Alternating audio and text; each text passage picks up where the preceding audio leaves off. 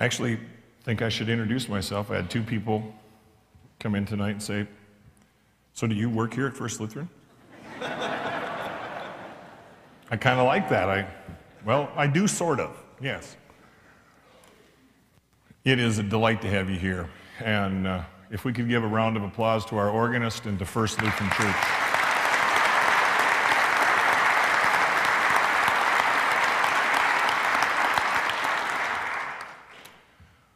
Well, at this last Churchwide Assembly, we did some things that, that were actually kind of fun. We actually did some things that wasn't about sex. It's true. We passed a full communion statement with United Methodist Church, and for at least me, as a longtime parish pastor who has served in 3 places in South Dakota, that was a big deal. We thoroughly enjoyed the fact that we could agree to disagree about Holy Communion. They're right and we're wrong, of course. No, they're wrong. Just don't put that in the paper. Well, I know the Argus Leader reporter's here tonight. Don't put that in the paper, all right? We're good. My favorite part of the whole week, because my predecessor was a part of it, is the decision to move ahead to be a part of the malaria initiative. That by 2015, we plan to get rid of malaria in Sub-Sahara.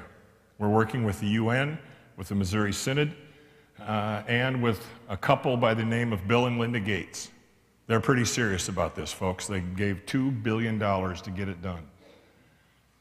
And when I was just in Africa, a little bit more than a month and a half ago, while I was there, 6 babies died at the hospital from malaria. It is a big deal, folks.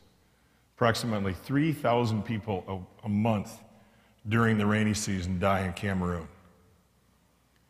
Our part of the initiative put a net for $10 that can be sent, delivered, and used by a family. It's flame retardant, it's got impregnated with insecticide, and it can protect the whole family because almost everyone gets malaria at night. The mosquitoes that carry it come out at around 10, 11, 12 o'clock at night. You can't imagine how excited they are about their participation, waiting for those nets to begin arriving. So we did that. But we also passed a sexuality statement, and we passed 4 recommendations for practice and policy. We passed the sexuality statement by exactly a 2/3 majority. There were 11 people that were out of the room when the vote was taken.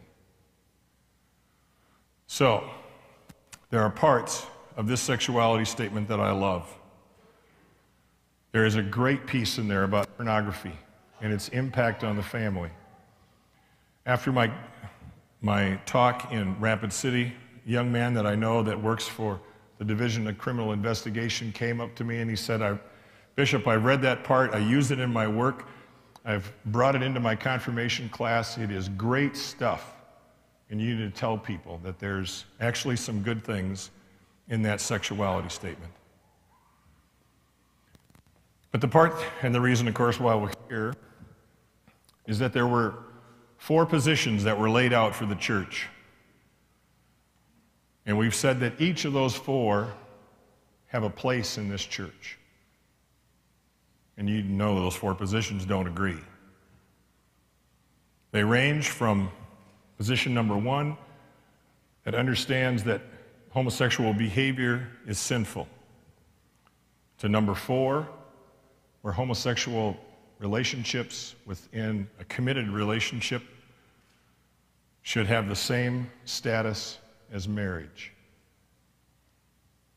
What we did not do is decide to create a rite or a blessing that will be church-wide. We did not okay pastors to become, well, that you can just go off and start marrying people of the same gender. We did not tell Augsburg Publishing to rewrite its Sunday school curriculum. None of those things happened, either in the social statement or in the 4 recommendations for practice and policy. Our pastors need to understand that the rules finally are written, and they're not done yet, and I don't think they will be until at least April, because that's the next time that church council will meet. That even after the rules, at least as they look right now, because I think this fits with what we decided at Minneapolis, that it will be up to congregations to either create a right or a recognition, and only if that congregation says that that can happen, can the pastor, as a part of that community of faith, then perform that right. I've already had several questions from pastors. Can they go to Iowa? Because in Iowa, you can get married if you're a gay lesbian person. And my answer to them has been no. And even after the rules are written, I think my answer is still going to be no. Unless the congregation that you're currently serving would okay that, would say that would be all right. Now, is that clear? This means yes. This means no. Am I going too fast? If I am, no, I'm not even going to tease you tonight. I really teased him. I asked him if there's a lot of Democrats in the crowd, I could go over it again. I did that up in Aberdeen, knowing that there are more Democrats in Aberdeen than there are in any city in South Dakota. I am brave, after all. Foolish,